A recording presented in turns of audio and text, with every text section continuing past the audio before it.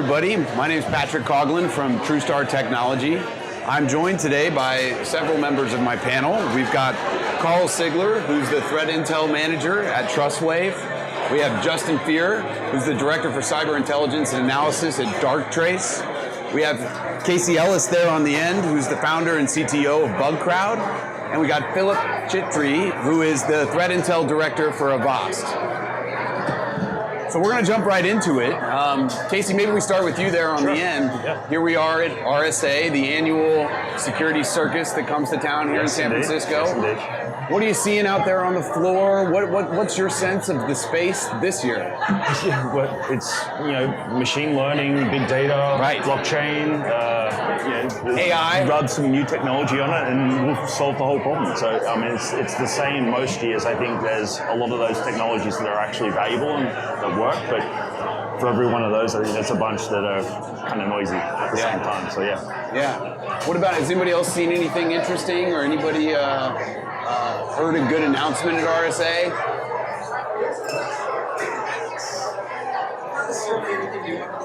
Yeah. Not necessarily anything new under the sun. A lot of new acronyms, a lot of new buzzwords. But I think really the end message of basic best practices and securing large infrastructure, it just never changes year after year. Yeah. Are we getting better?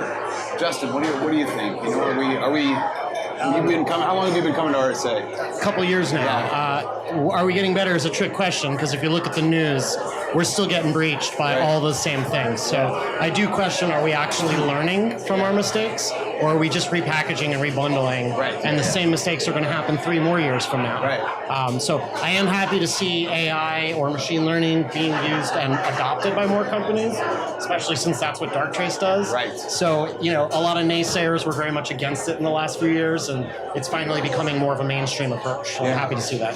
How do you see, maybe just to stay on this for a second, how do you see how the bad guys are using AI and machine learning, and how has that changed the threat? Yeah. So it's not necessarily that they're putting machine learning into the malware. I mean, machine learning can be used a lot of different ways. So weaponizing data, let's take the Equifax breach, for instance. That's a lot of data. You got to go through that data, categorize it, and find a way to monetize it. So machine learning could be used to weaponize it.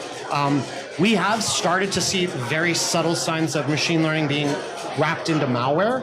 So malware that just sits there and learns and watches before it actually makes a step move. So I think you'd be foolish to think the attackers aren't using machine learning and AI already. It's just a matter of time before they kind of outpace us. Yeah. Philip, I'm curious, what do you think about the whole, AI, machine learning, and as it relates to what the good guys can and should be doing, and maybe what the bad guys are doing? So reality is the good guys are already using it for many years, right? I mean, look at our example. We are using the machine learning and AI for the last couple of years, and that's actually powering like 99% of our engines or any antivirus engines as of today. But what the bad guys are actually trying to do, and what we see is being exploited by them, is find the small loopholes which cannot be covered by the AI systems. So what is going on is that you have a big clusters of the data classified somehow by the machine learning or artificial intelligence, and then the bad guys and attackers are trying to find the small breaches in between each of those categories, how to find the loophole inside of the network, inside of the company, inside of the any data eventually. Yeah. I'm curious there, Casey. So how much of this is really about machine learning and artificial intelligence if you've got gaping vulnerabilities, on your internet-facing web page, right, or in your web apps? Yeah, no, definitely. And I think Karl said it well, just in terms of getting the basics right. One of the challenges that I see in terms of how products are being taken out to market is, we focus on things like APT, which to me is like the equivalent of trying to cure cancer while we also forget to wash our hands after we use the restroom, right? So it's like, okay, yes, that's important, but let's do the basic stuff first. And where I think machine learning and AI and some of those technologies really do come into play is making security easier and insecurity more obvious for that goal of doing this stuff well. So, yeah. And I just want to add, just to dumb it down for everybody, Yeah. machine learning is really just a smarter way of going through massive data sets. So forget what the movies have told you, forget Total Recall, it's just a smarter way to look through all the data that we've been collecting for the last 5 years. Right. Because big data was the buzzword of yesterday, so now we have to have a way to go through all of it. Now we can do something with it. That's a great point. Absolutely. That's a great point. I would just add to that I think that sort of a new model of threat exchange and threat sharing, which 5 years ago companies weren't sharing anything with each other; they're just keeping it as their secret sauce. We're ending up with larger data sets every single day with these programs that really that machine learning is the only way to actually be able to use it and make it useful for security. Yeah. You mentioned threat sharing and intel sharing. I'm curious, where are you seeing that work, or how has that changed? Maybe in what industries? Is it public-private, private-public? What's working and what's not on that factor? All the above, private, public, private. Really, organizations are discovering that it's helpful to them to enter into these exchanges and these partnerships. I think that any single organization has such a microscopic view of the security ecosystem as a whole. Once you start sharing with other organizations and you see what they're seeing, suddenly your entire perception changes on maybe what controls you put in place, how you prioritize your protection. It's been tremendous. I think it's really been beneficial to the good guys in general. And if I might add to this, basically, if you don't have a chance to see a lot of data and you don't have a lot of inputs, so for example, we have like 400 million users. Right. So we actually see a lot of this going on globally, and that helps you to identify what's going on. But if you are a smaller company, you're really relying on more often on the other data sources and other threat intelligence to kind of combine all the necessary inputs into your engines to build something which can protect your users. Yeah. So you are actually dependent on collecting the data from elsewhere you can. And I'd say as well, we're seeing the same thing that has been trying to happen and is now starting to happen in threat sharing with vulnerabilities as well. Like the whole trend around vulnerability disclosure, right? And going out and saying, okay, this is not dirty laundry anymore. Like they happen. This is something that is a function of building systems.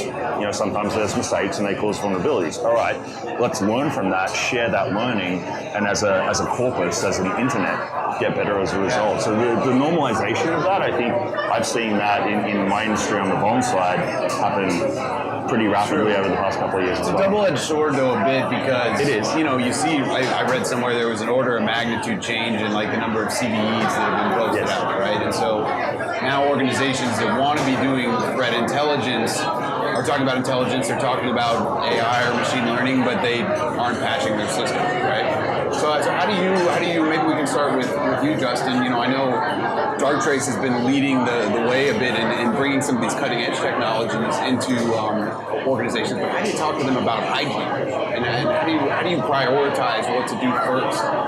There's no black or white answer to it. I mean, the sad truth is the bad guys are getting in through really low-hanging fruit. It's not exactly sexy attacks, It's not even APTs or nation state most of the time. It's a very low-level vulnerability, like you said, lack of patching or stuff like that. So I don't really think there is a black or white answer to it. Unfortunately, it's a culture thing, and I think organizations just have to learn the hard way. Sadly, I run into it a lot where a lot of teams say until they get a major breach, they're not going to do anything about it. So I don't think that's the right approach, but I'm starting to see that trend across a lot of the teams we work with. What do you think, Karl, why do you think that is? Is it because they don't have there still isn't that board level support or vision, or why does that happen? I think there's still a mentality, if it's not broke, don't fix it. Yeah. They're not seeing anything broken per se. They're reactionary. Exactly. They're reactionary, they're not proactive. And I think a bigger problem for a lot of these organizations is a people problem. We're talking about all this flashy technology and all the security protections we can put in place. But especially for smaller organizations, small business, medium business, it's really the biggest problem they have is getting talented people in place that can actually configure the security correctly and implement it correctly. I think that's the biggest obstacle they face right now. One thing I'd like to add about the talent shortage, we keep talking about it, and I keep seeing the number growing and growing and growing. By 2020, it's going to be doomsday, and we're all just doomed. Unfilled jobs. One thing, though, I think we should be talking about is how to solve the problem. Yeah. And that starts with the software companies like us designing tools that can be used by the junior level analysts as well as the senior level analysts. And as a company, we've actually done that. We designed our tool to be used by everybody. And we specifically hired about 40% of our analytical team right out of college with no experience whatsoever. And they're proving to be some of our most valuable assets. So I think the problem starts with us, the vendors, and I think we can really make a difference in solving that. Philip, I'm curious. Yeah, go ahead. I would just love to say that what I feel is missing the most is actually the education of the end consumer at the very, very beginning, because what is happening is that people actually are not aware of the threats they could be facing that is kind of promoting into their jobs and daily lives of what they're doing. So unless you are the software company, where the most of the positions, or maybe hardware company, are basically kept on the devices, laptops and computers, you are not really taking care of them properly. And to be honest, if you talk to your parents, for example, they don't know what to do, right? How to protect themselves while they are online. And that's where the companies like all of us could actually step in and start educating all those people. So the next generation of the humans, let's say, or people will be educated enough that they know what to do, how to follow up the certain security rules while they are online. And that would help to improve entire security space. So. I was actually going to add, going back to the first question, I gave a bit of a glib answer to it, but that's something that I have seen as a trend this year that's continued from last year to a degree, but the whole idea of a focus on how do you make human creativity and human decision-making more efficient within security, because ultimately we're talking about a bunch of fuzzy stuff here, right? It's humans that create attack surface, it's humans that are incentivized to attack it. Okay, machines and the different tools that we've had over the years are point solutions that can help, but ultimately there's still human decisions that need to be made to reduce that risk over time. So this whole idea of how do we add leverage to the scarce resources that we have available and go forward. The fact that there's a focus returning to that in the market, I'm pretty happy to see that. So would you, when you think about, there's all this discussion about automation, obviously, and security to solve that, but then there's the other side of that, which is augmentation of the human, right? And what I'm hearing you say is that the human's not going anywhere, and as long as there's a human on the other side, there's a problem. There's a misconception that automation is going to replace the entire SOC. Not at all. It's just going to allow the SOC to work smarter and be more efficient. And I think that's really the important. I think that misconception got a lot of traction for a period of time. There was a season in the market where, if we just buy a box that does a thing, our problem's suddenly solved. But no, if no one's driving it or if no one's responding to it, then it won't do that. So, how will the roles of the humans? So, I mean, Bug Crowd's a great example, but how there are different roles now in an organization that maybe didn't exist 10 years ago. Managing a bug bounty program, right, was not something that people did 10 years ago. For sure. So what are the new roles that are evolving in security organizations today? What are some that you guys think about are coming down the road in the next 5 to 10 years? Probably my favorite one is the role of the internal evangelist. Because I think the thing that organizations are realizing is that security is not just the job of the security team. Does that make sense? Right. This whole idea of, that's the first point of defense, the first point of triage and understanding of where changes need to be made. But then how do you educate the rest of the organization to prevent the problem in the first place? So that whole idea of here are the champions that we're bringing into the business to evangelize internally, that's a cool thing. And I would also add that I think the mandate of the security teams changed drastically. In the past, you could argue that it was just their job to protect the desktop and the server. I would argue in this day and age, it's anything with an IP address that they have to protect. And we already just talked about the skills shortage, so how do I throw that many other devices on top of that when sadly we still have people clicking the links and dealing with ransomware? What do you think there? It's actually a great example, Justin. So since you kind of start to play a role with the IoT, that's where it's going right now. So, last 5 years ago, everybody was focusing cell phone and a PC to get it protected. But they don't realize today that, okay, we maybe solve that problem, but we have a printer, we have a camera, and we have all the other attached devices, and how are we actually going to protect them? And, for the small businesses, which they cannot afford the, high price enterprise solutions, let's say, it's a big trouble as of today. So. Yeah, Karl, I'm curious what you think about the divide between big companies and small companies, and how do we keep them engaged? Well, yeah, I mean, they have different problems, right? I mean, small companies, they generally don't have the budget for security. They may not have the staff for security, but generally they have less of a complex network, less complex infrastructure. They can move faster. They're more agile. They can make decisions quicker. They can allocate budget if they need to. While if you have larger organizations, they have the budget, they have the team, but they're globally disparate. They're across the board. It's more complex to actually get actions triggered properly. So different problems for different organizations, and they have to address it differently. I think that larger organizations are looking at utilizing their manpower better with better technology, where the smaller organizations are still dealing with that person problem, getting the right people in place. I think their perspective of risk is different as well. You know what I mean? Like as a smaller organization, your risk is like your next payroll.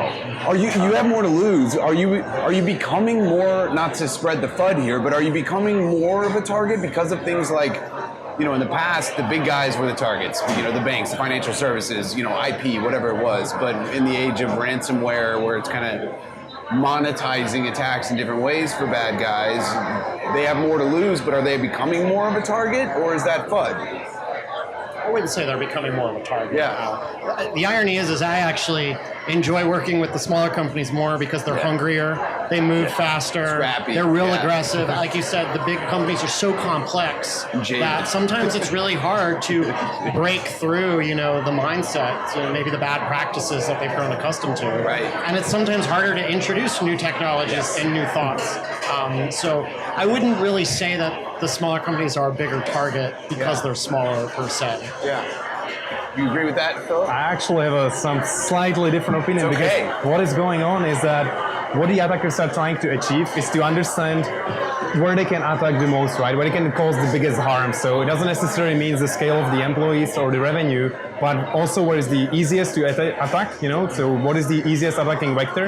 And, where I can actually breach massively. So if they could find out that smaller companies are most likely using freemium solutions for, let's say, Adobe Reader or reading PDF files, and they find a vulnerability over there, they are going to deploy it to as many companies they can kind of achieve, right? On the other side, the enterprise business, if they find the same or different vulnerability with the enterprise solution, they will just go and execute over there. So I kind of feel that this could go left to right based on what are these most trendy vulnerabilities and what the attackers can actually discover at the 0 day, let's say, So when they actually find out there's a problem. As another example there, I think ransomware has made, like the ransomware business model, has made attacking small businesses economically rational, right? That's didn't make sense. Does that make them a bigger target? Are they targeted more now? I wouldn't go that far, but I do think, there's more bad stuff going down in that part of the market than there was before. In case of the ransomware, last thing, there is a bigger chance that the smaller companies are actually not having a backup, so they are willing to pay,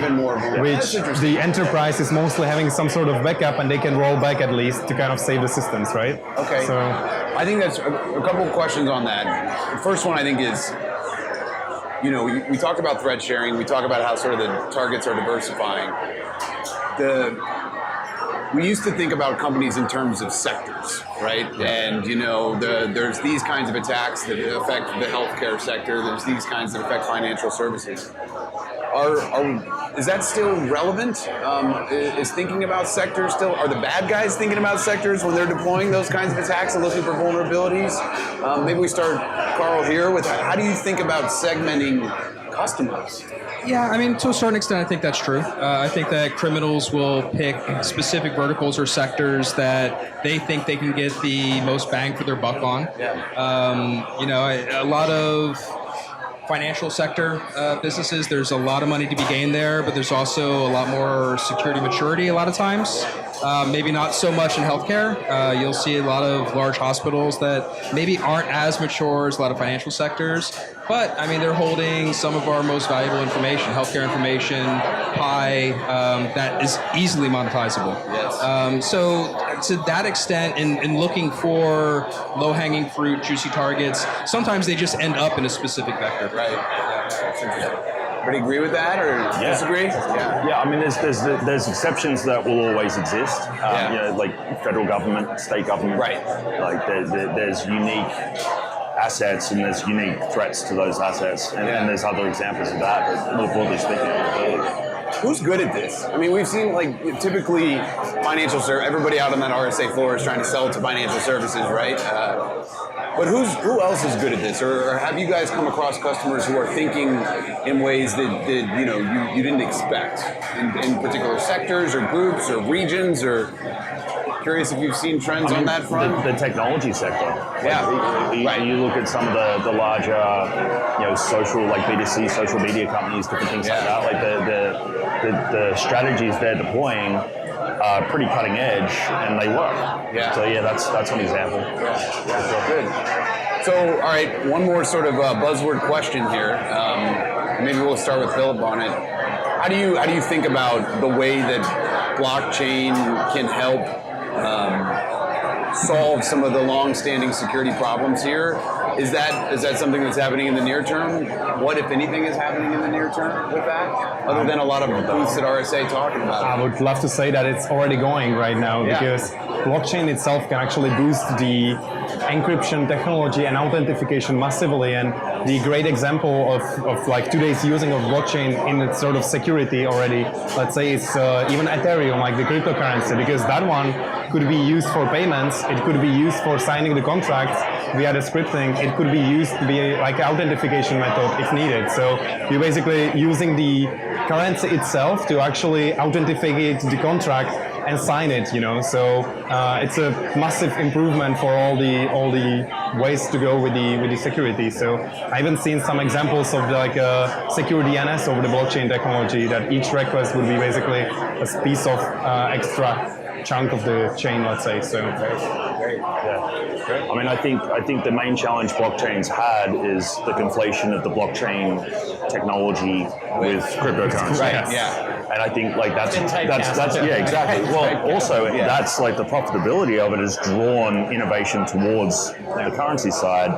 and meanwhile other people have been figuring out what to do with blockchain. So I think there are a lot of answers there. Yeah. Replacing fiat currency with them, is that one? Well, it's not really relevant to what we're talking about, but in security for sure. Yeah. Do you see regulation helping spur innovation here in this sector, or are you seeing regulation diverting innovation dollars towards solving minute compliance challenges? So an example of where I see it being good is the adoption of vulnerability disclosure as a enforced thing within the NIST standards, for example. I think that's great. Like I think top-down leadership from a framework standpoint around bigger picture things like that is a good thing. But you can like there's counter examples to that as well. You know what I mean? Like let's focus on this one particular little piece of the puzzle. And the problem with it is once a vendor does that, they feel like it's job done and they're secure now. Right. So that's where it goes wrong. What do you think, Karl? Do you have any comments on GDPR or regulation? Yeah, I mean, it's a double-edged sword. I think that you'll see some instances where regulations really paid off. Look at EMV. You look at how long the U.S. dragged behind implementing chip and signature or chip and PIN versus other countries. And, I mean, POS breaches were still skyrocketing even last year in the U.S. With the adoption, the forced adoption, kicking and screaming of EMV in the U.S., you've seen a drop in POS breaches, and there's a reason for that. So it can definitely work towards security benefits. Sometimes it can be really constricting too. It depends. I think really good regulations pretty much start at the bottom floor to set specific basic best practices, and then allow organizations to build on top of that. But it depends. It's a double-edged sword. I actually loved your GDPR topic because I'm originally from Europe, so that's something which is attaching to me really closely. But have you seen that eventually all the companies have to comply to GDPR wherever they work in Europe, right? And I see that's sort of reasonable because everybody has to kind of make sure that their data are protected. But what is already going on meanwhile is that the European Union is actually working on the legislation for the IoT devices. So there is going to be, let's say, the GDPR 2.0 related to all the IoT devices. And from my security perspective, and I hope you guys will agree, that's a great example of like what it should happen across the globe, that there will be some standards of how the data has to be handled for everybody, because it's raising awareness, it's kind of helping everybody to improve their security behavior within the companies, within the individuals. It's just a good way to go, I'd say. Something you said I think is most important is it's got to be across the globe. It makes no difference if it's just in the EU or just here in the US. It's got to be a collaborative effort by all of us. So I think that's important. Do you see that happening? Do you see us? I hope. I can't say. Unfortunately, we're in a very odd time right now. Very odd climate we're in right now. So I wish I could predict, but I can't. I hope it does, though. Well, on that hopeful note, we'll end it. Thank you guys for joining us today. Really appreciate it. Thank you so much.